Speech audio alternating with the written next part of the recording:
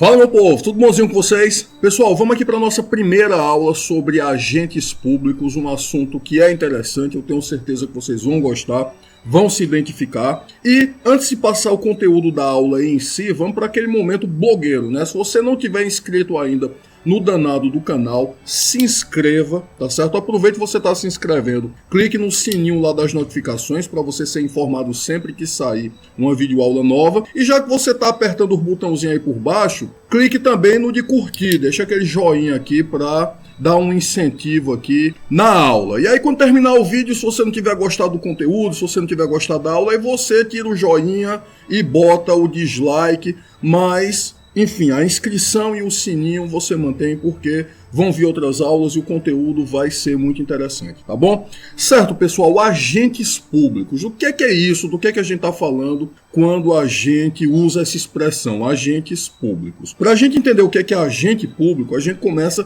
pelo Código Penal, um decreto-lei lá dos anos 40. O Código Penal, no artigo 327, ele vai dizer que considera-se funcionário público, para os efeitos penais, quem, embora transitoriamente ou sem remuneração, exerce cargo, emprego ou função pública. Pessoal, essa definição seria muito boa se não fosse essa expressão funcionário público. Isso é uma coisa do século passado, isso é uma coisa do tempo que a minha avó era criança, nos 40 do século passado.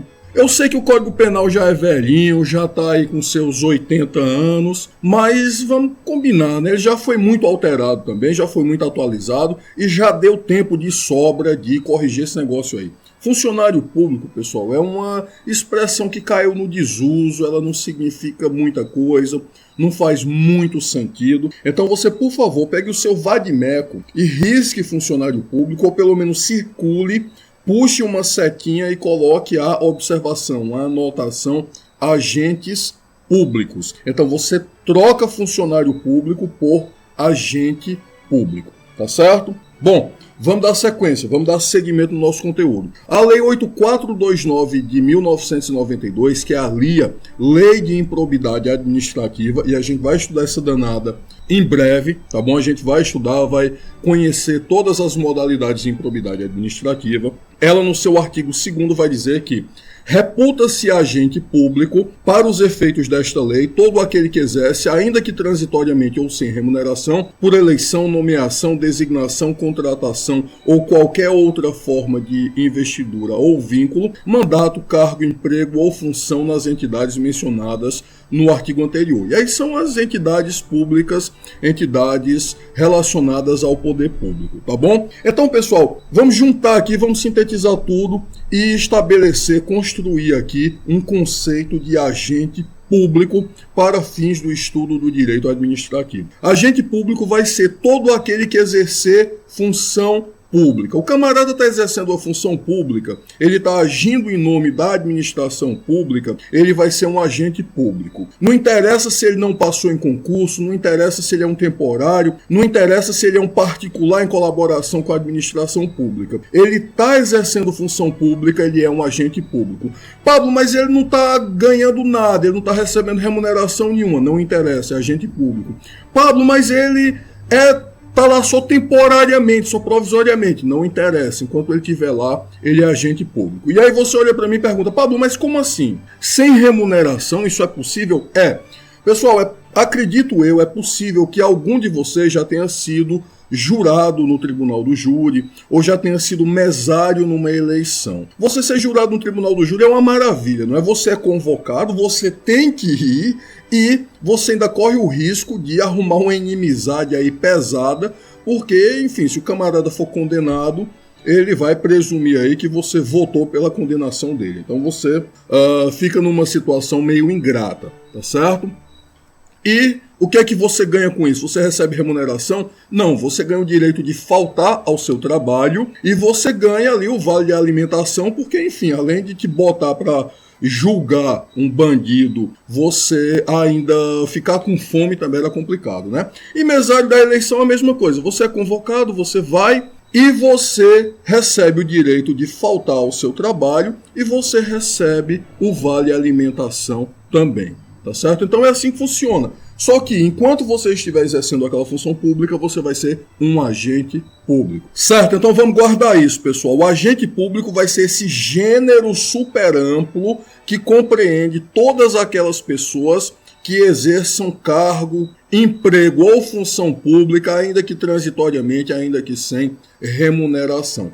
E eu vou reforçar isso, tá bom? Essa é uma informação que você tem que ter tatuada na sua alma. Se tem uma coisa que você precisa aprender nesse semestre é esse conceito, essa noção de agente público, o que é que essa expressão significa, tá bom? Então guarda aí. Tatue isso na sua alma, no seu olho. Para onde você olhar, você vê essa definição. Agente público é todo aquele que exerce cargo, emprego ou função pública, ainda que transitoriamente, ainda que sem remuneração.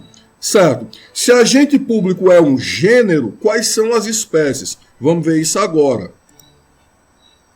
Os agentes públicos, pessoal, podem ser classificados em agentes políticos, particulares em colaboração com o poder público, militares e servidores estatais civis. Certo? Vamos falar um pouquinho de cada uma dessas categorias.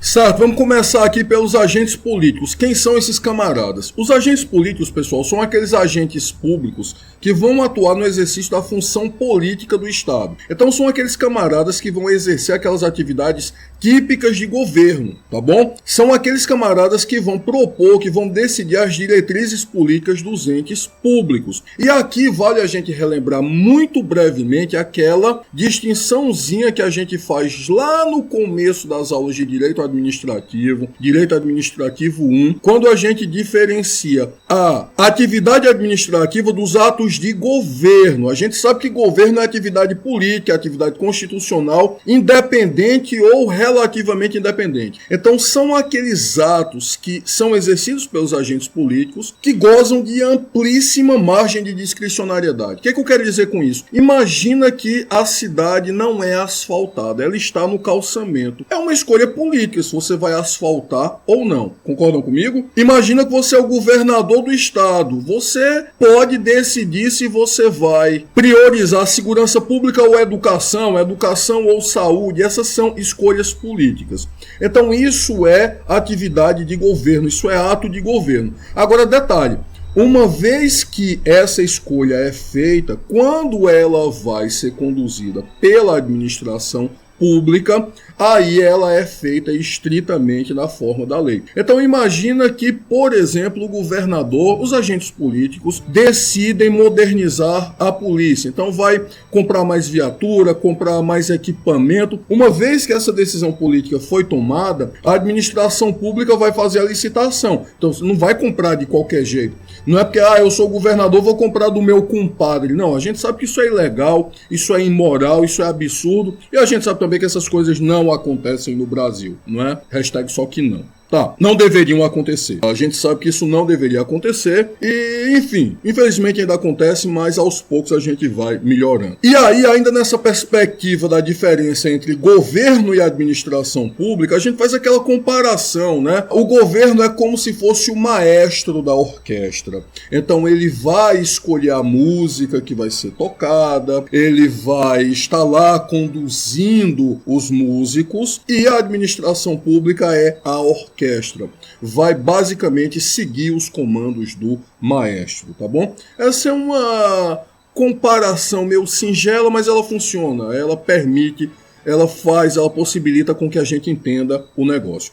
Então, pessoal, voltando aos agentes políticos, são esses camaradas que vão exercer essa função política do Estado. Exemplo disso, os chefes do Poder Executivo, seja federal, seja estadual, seja municipal, bem como seus auxiliares diretos, os ministros, os secretários de governo, os membros do Poder Legislativo, senadores, deputados estaduais, vereadores, etc. E parte da doutrina considera, inclusive, que magistrados e membros do Ministério Público também seriam enquadráveis como agentes políticos, porque a atuação deles, mais das vezes, pode ter efeitos políticos concretos. Pense aí, por exemplo, que você se formou, você está advogando e um cliente seu entra com uma ação exigindo um determinado tratamento do SUS, um determinado medicamento, alguma coisa assim, e você ingressa com a ação e o juiz concede a liminar. Isso tem um impacto impacto direto nas políticas públicas. Além disso, esses agentes também exercem uma função estatal bem próxima da soberania do Estado. Então, alguns doutrinadores, como Hélio Lopes Meireles, que Deus o guarde em um bom lugar, já consideram há muito tempo que magistrados e membros do Ministério Público podem ser considerados agentes políticos também.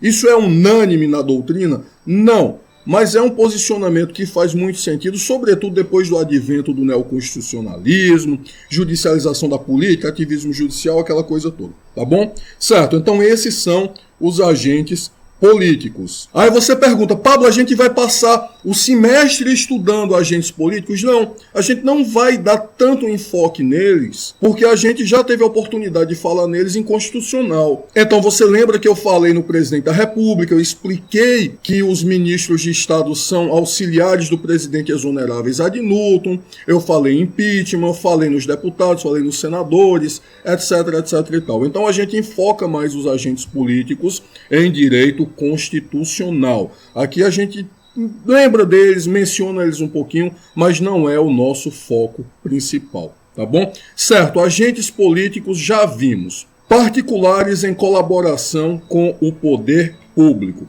Quem são esses camaradas? Como o próprio nome diz, pessoal, são particulares, tá certo? Não são servidores públicos, nem civis, nem militares, mas que estão atuando, colaborando com o poder público. E a doutrina subdivide essa categoria, particulares em colaboração com o poder público, em algumas classes menores. Por exemplo, os agentes designados, né? Os particulares em colaboração com o poder público designados. São aqueles que atuam em virtude de convocação e que têm a obrigação de participar. São convocados e têm a obrigação, têm o dever de ir sob pena de sanção. Exemplo disso, os jurados do Tribunal do Júri, que eu já mencionei mais cedo. O pessoal que está no serviço militar obrigatório também são designados, estão atuando em virtude de uma convocação.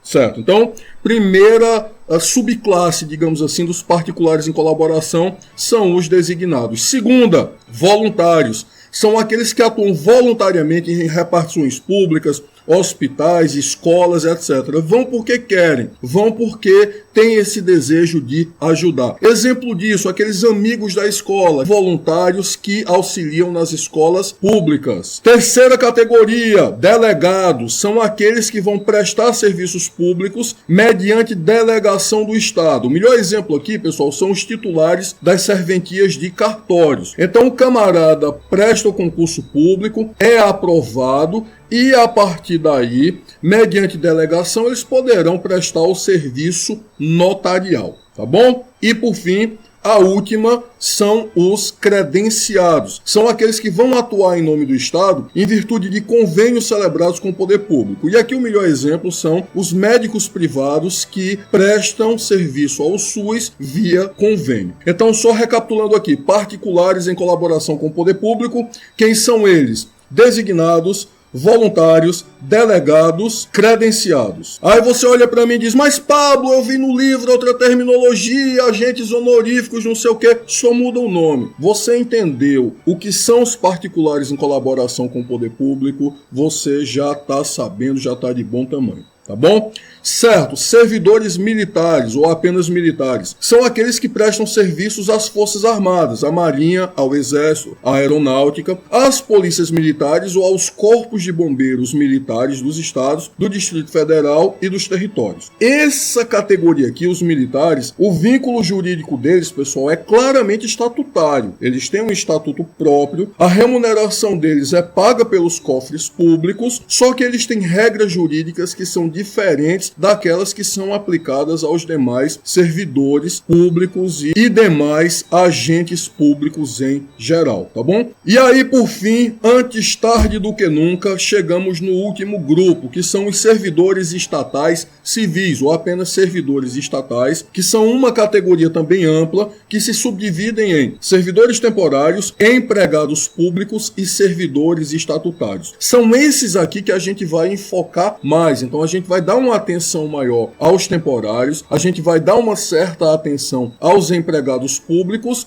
e principalmente os servidores estatutários, dando uma certa ênfase nos servidores estatutários federais, cujo vínculo é regido pela Lei 8.112, o Estatuto dos Servidores Públicos Federais. Por quê? Porque os estatutos estaduais e municipais são muito parecidos com a 8.112. Geralmente é quase uma cópia. Cópia é uma palavra muito feia, né? São inspirados na 8.112. Então a gente dá esse enfoque nos servidores públicos federais, nos estatutários federais, e aí com isso a gente consegue compreender bem, a gente consegue compreender direitinho a situação dos estatutários estaduais e municipais. Tá bom? Então, pessoal, esse é o objetivo da nossa aula de hoje, esse é o enfoque da nossa aula de hoje. Você saber que existe essa categoria ampla, que são os agentes públicos, que são todos aqueles que exercem cargo, emprego ou função pública, ainda que temporariamente, ainda que sem remuneração, e você saber que essa categoria super ampla, esse gênero, tem essas espécies que nós falamos aqui. Os agentes políticos, os particulares em colaboração com o poder público, os militares e os servidores estatais civis, e você já saber desde já também que a gente vai dar uma certa ênfase nos servidores estatais civis, sabendo o que são e o que fazem os servidores temporários, os empregados públicos e os servidores estatutários. Tá bom? Esse é o conteúdo da nossa aula de hoje, esse é o assunto de hoje. Eu espero sinceramente que vocês estejam gostando. Vou lembrar mais uma vez aí o lembrete. Se inscreva no danado do canal, deixe o seu joinha, porque eu sei que você gostou, sei que você está achando bom, e ative o sininho das notificações, tá bom? Beijo no coração, vamos arrochar o nó aí estudando direito administrativo, bom danado. Esse ramo do direito que é um irmão do direito constitucional e que também é muito gostoso de a gente estar estudando, tá bom? Beijo, pessoal. Até a próxima.